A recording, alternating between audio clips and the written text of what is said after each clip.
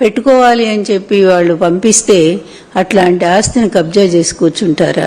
ఎంత అన్యాయము, ఎంత దారుణం అంటే కోర్టులు కూడా తీర్పు చెప్పి వాళ్ళ ప్రాపర్టీని ఒప్పచెప్పండి అంటే కోర్టులో సరేనంటున్నారు, బయటకు వచ్చేమో మోసం చేస్తా ఉన్నారు. ఆఖరి కోర్టు పోలీసుల్ని ఇస్తే పోలీసులు కూడా వాళ్ళతో కుమ్మక్కై ఊరికే రోజు డ్యూటీ వస్తున్నారు, ఎక్కడో పక్కన కూర్చుంటున్నారు. కానీ వాళ్ళందరూ వచ్చి ఇక్కడ పేకాట్లు ఆడుకుంటూ వచ్చే వాళ్ళని బెదిరిస్తూ వాళ్ళ బిజినెస్ ను కంప్లీట్ గా నాశనం చేశారు. ఇప్పుడు ₹1 లేదు పాపం. లోన్స్ రోజు రోజుకి పెరిగిపోతా ఉన్నాయి.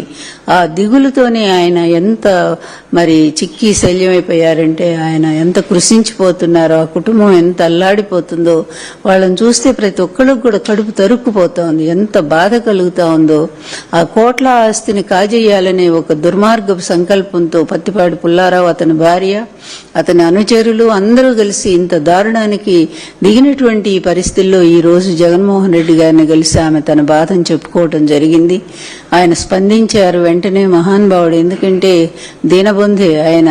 ఎవరి కష్టాలైనా ఓపికగా వింటారు, వారికి సాయం చేయడానికి నిలబడతారు.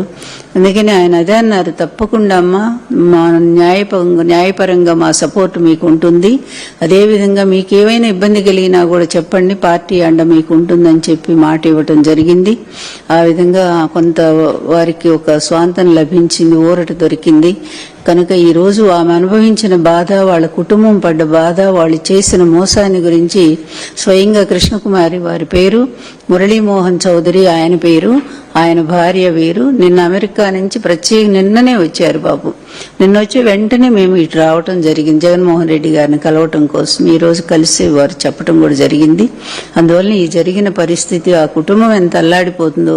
వాళ్ళు కాదు, అలాంటి వాళ్ళు ఎన్ఆర్ఐస్ ఎంతమంది ఇక్కడ వీళ్ళు ఈ వాళ్ళ భూముల్ని కబ్జా పెడుతున్నారో, వాళ్ళ ఆస్తులను దోపిడీ చేస్తున్నారో. ఇది అసలు దేవి పరిపాలన? ఇది ఎక్కడ రాక్షస పరిపాలన? ఇంత నిరంకుశ విధానం ఏంటి? కేసులు లేవు, ఎవరి మీదను కూడా పట్టుకునే పరిస్థితి లేదు. దొంగలకే తీసుకొచ్చి రాజ్యసభ ఇస్తా ఉంటే ఇక మామూలు వాళ్ళ పరిస్థితి ఏముంటుంది?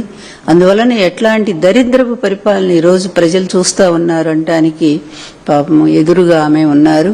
వారు తన పరిస్థితిని గురించి వివరిస్తారు. నమస్తే అండి అందరికీ.